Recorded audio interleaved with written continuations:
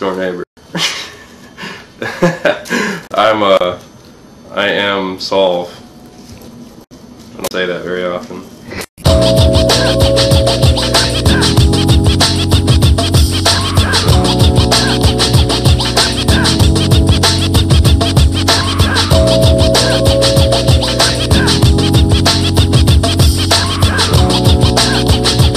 How'd you come up with the name Solve?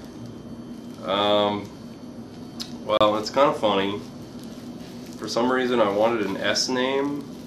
I don't remember why. I wanted to start with an S.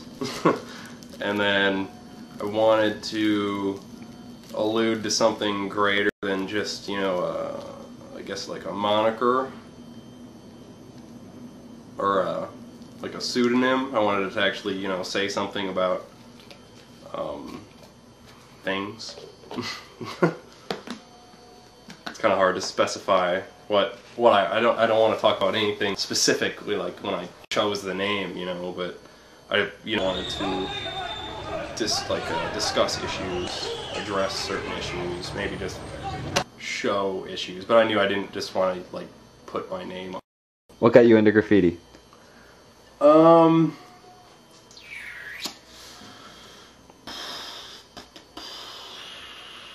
mean, I don't know. You know, ever when I was like a little kid, I would like write on shit. Just you know the whole like crayon on wall thing, and mom's all like ah. And then when I got a little older and I was still a kid, I would write on shit. There was a lot of it's kind of funny, like in kind of middle school, there was a lot of juvenile drawing of penises on stuff. That was fun. Like you draw a spurting penis on like you know, the lockers or like the bridge or you know, whatever. And then you know you got kind of tired of like your little you know, Sharpie paint pen whatever, and started to be like, oh look, there's this, you know, spray paint, you know, where I grew up, spray paint was, you know, readily available, and you're like, oh wow, look, this is a lot bigger. It's like better. Woo, yay.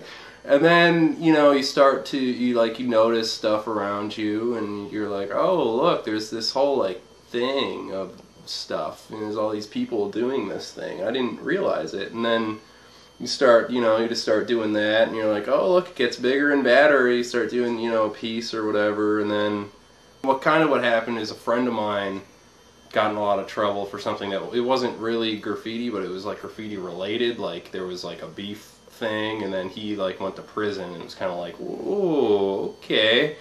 And then like, you know, I just kind of stopped. A lot of my friends kept doing it, but it's kind of funny though, because they stopped doing graffiti or whatever, and then went about their lives, but most of them aren't doing anything related to art now.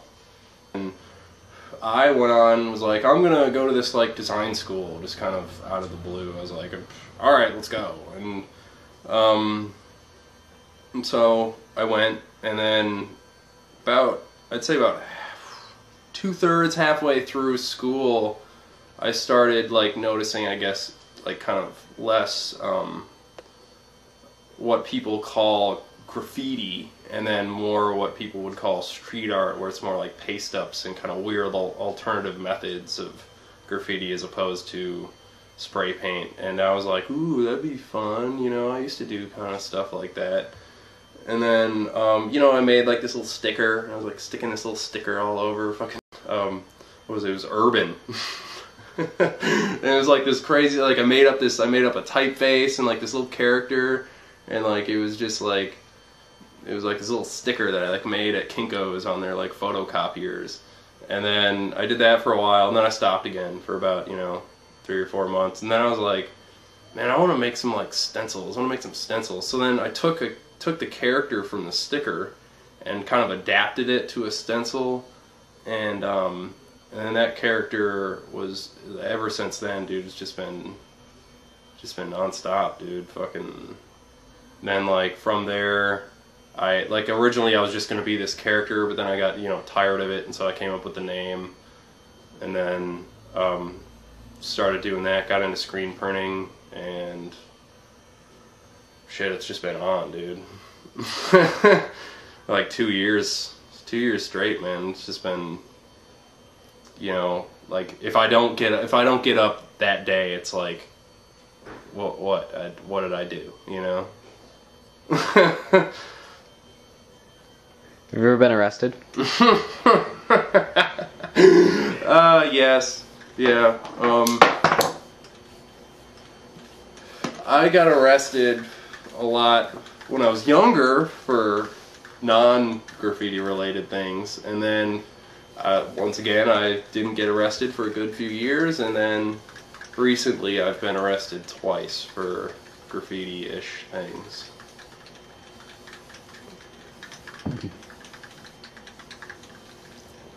And that's about it. I'm not really I can't go into specifics. Understandable. What are the benefits of graffiti? Do they outweigh the risks? There's benefits? I didn't know there were benefits.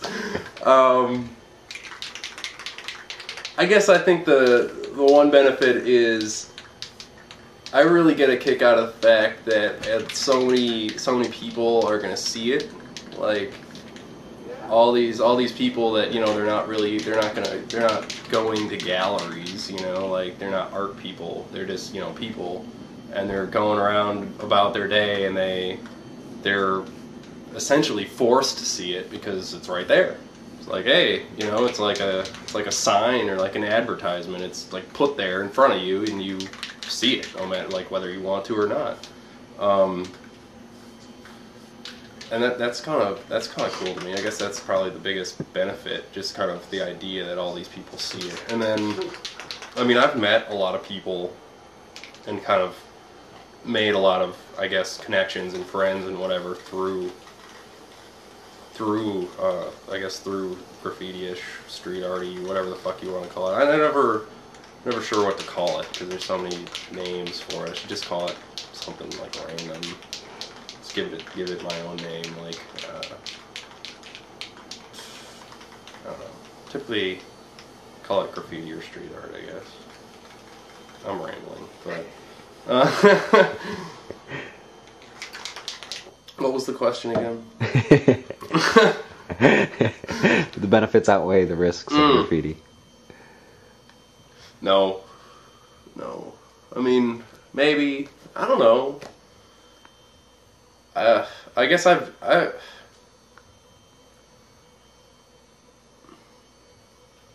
no. I mean, it's like comparing apples to oranges, really, because the benefits and the risks are so different. Like the benefits are such intangible things, like this idea that people are seeing this art, and like I've met a few people. That's semi-tangible, but then the consequences, the risks are severely tangible, I guess. Like, you're like, holy shit, I'm gonna go to jail.